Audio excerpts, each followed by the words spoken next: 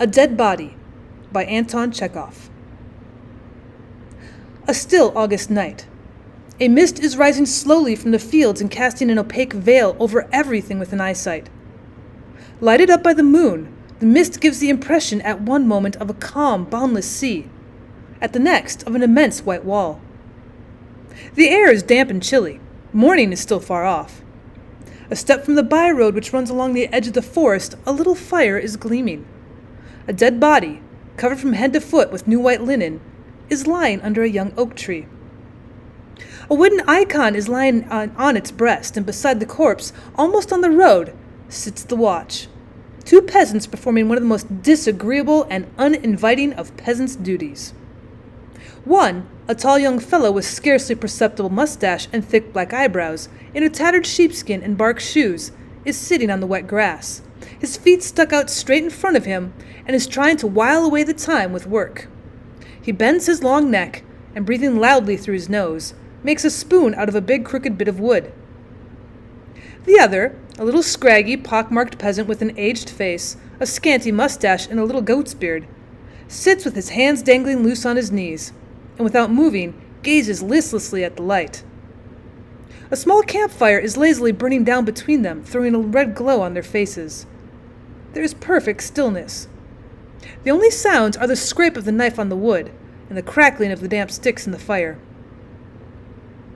"Don't you go to sleep, Sioma," says the young man. I'm not asleep," stammers the goat-beard. "That's all right. It would be dreadful to sit here alone. One would be frightened. You might tell me something, Sioma." "Oh, you are a queer fellow, Siomushka. Other people will laugh and tell a story and sing a song. But you, there is no making you out. You sit like a scarecrow in the garden and roll your eyes at the fire. You can't say anything properly. When you speak, you seem frightened. I dare say you are 50, but you have less sense than a child. Aren't you sorry that you're a simpleton?" "I'm sorry," the goat-beard answers gloomily. "And we are sorry to see your foolishness, you may be sure. You are a good-natured, sober peasant, and the only trouble is that you have no sense in your head. You should have picked up some sense for yourself if the Lord has afflicted you and given you no understanding. You must make an effort, Sioma. You should listen hard when anything good's being said. Note it well, and keep thinking and thinking. If there's any words you don't understand, you should make an effort and think over in your head in what meaning the word is used. Do you see? Make an effort.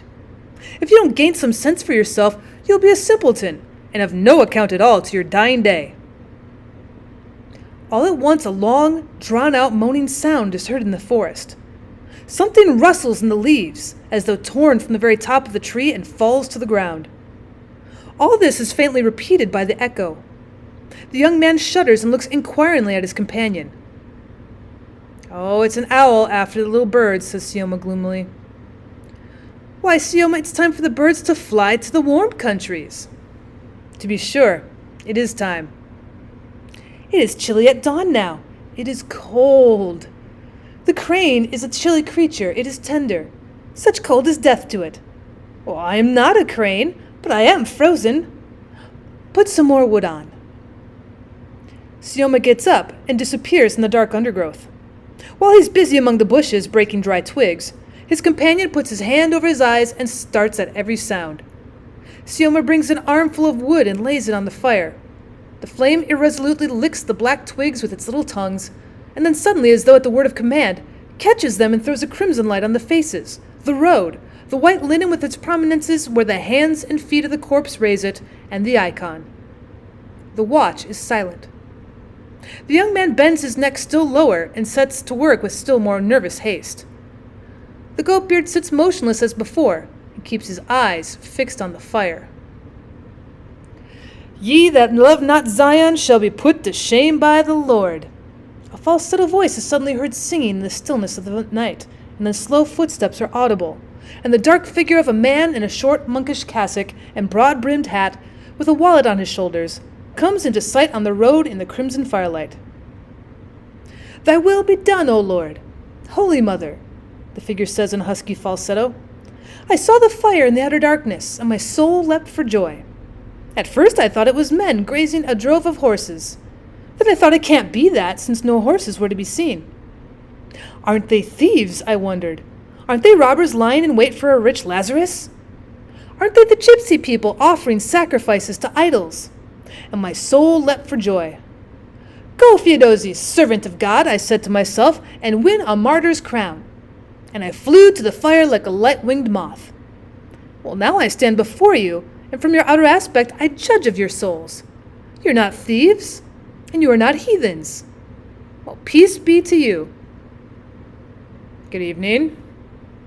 Good Orthodox people, do you know how to reach the Makunsky brickyards from here? Well, it's close here. You go straight along the road. When you've gone 1.5 miles, there will be Ananova, our village. From the village, Father, you'll turn to the right by the riverbank, and so you'll get to the brickyards. It's 2 miles from Ananova. Oh, God give you health. And why are you sitting here? Well, we are sitting here watching. You see, there is a dead body.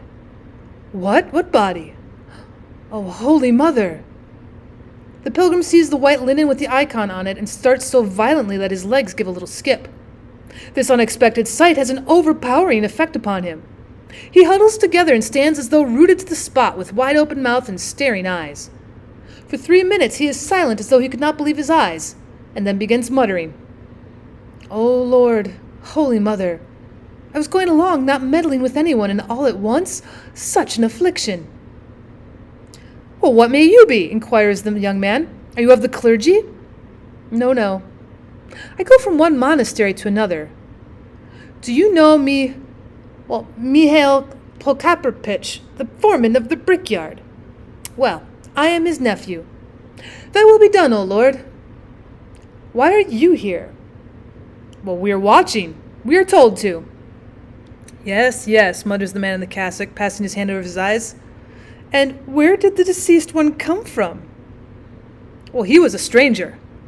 Oh, such is life. But I better be getting on, brothers. I feel flustered. I am more afraid of the dead man than anything, my dear souls. And only fancy! While this man was alive, he wasn't noticed. And while now when he's dead and given over to corruption, we tremble before him as before some famous general or a bishop. Well, such is life. Was he murdered or what? Oh, the Lord knows. Maybe he was murdered. Maybe he died of himself. Yes. Who knows, brothers?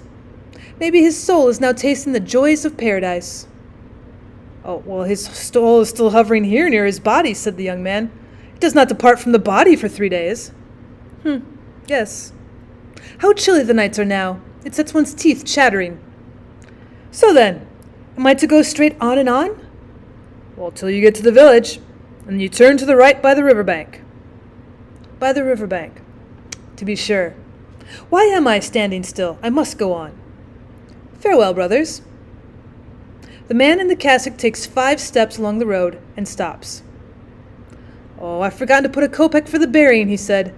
Good Orthodox friends, can I give the money? Well, you ought to know best. You go the round of the monasteries. If he died a natural death, it would go for the good of his soul. If it's a suicide, it's a sin. Well, that's true. And maybe it really was a suicide. I'd better keep my money. Oh, sins. Give me 1,000 rubles and I would not consent to sit here. Farewell, brothers. The Cossack slowly moves away and stops again. I can't make up my mind what I am to do, he mutters. To stay here by the fire and wait till daybreak, because I'm frightened. But to go on is dreadful too. The dead man will haunt me all the way in the darkness. Oh, the Lord has chastised me indeed. Over 300 miles I've come on foot and nothing happened, and now I'm near home, and there's trouble. Oh, I can't go on. It is dreadful, that's true. I'm not afraid of wolves, of thieves, or of darkness, but I am afraid of the dead. I am afraid of them, and that's all there is about it. Good Orthodox brothers, I entreat you on my knees. Please see me to the village. Well, we've been told not to go away from the body. No one will see, brothers. Upon my soul, no one will see. The Lord will reward you 100-fold. Old man, come with me, I beg. Old man, why are you silent? He is a bit simple, said the young man. Well, then you come with me, friend. I will give you 5 kopecks. Well, for 5 kopecks I might, says the young man, scratching his head. But I was told not to. If Syoma here, our simpleton, will stay alone, I will take you. Syoma, will you stay here alone? I'll stay, the simpleton consents. Well, that's all right then. Come along. The young man gets up and goes with the Cossack. A minute later, the sound of their steps and their talk dies away. Syoma shuts his eyes and gently dozes. The fire begins to grow dim, and a big black shadow falls on the dead body.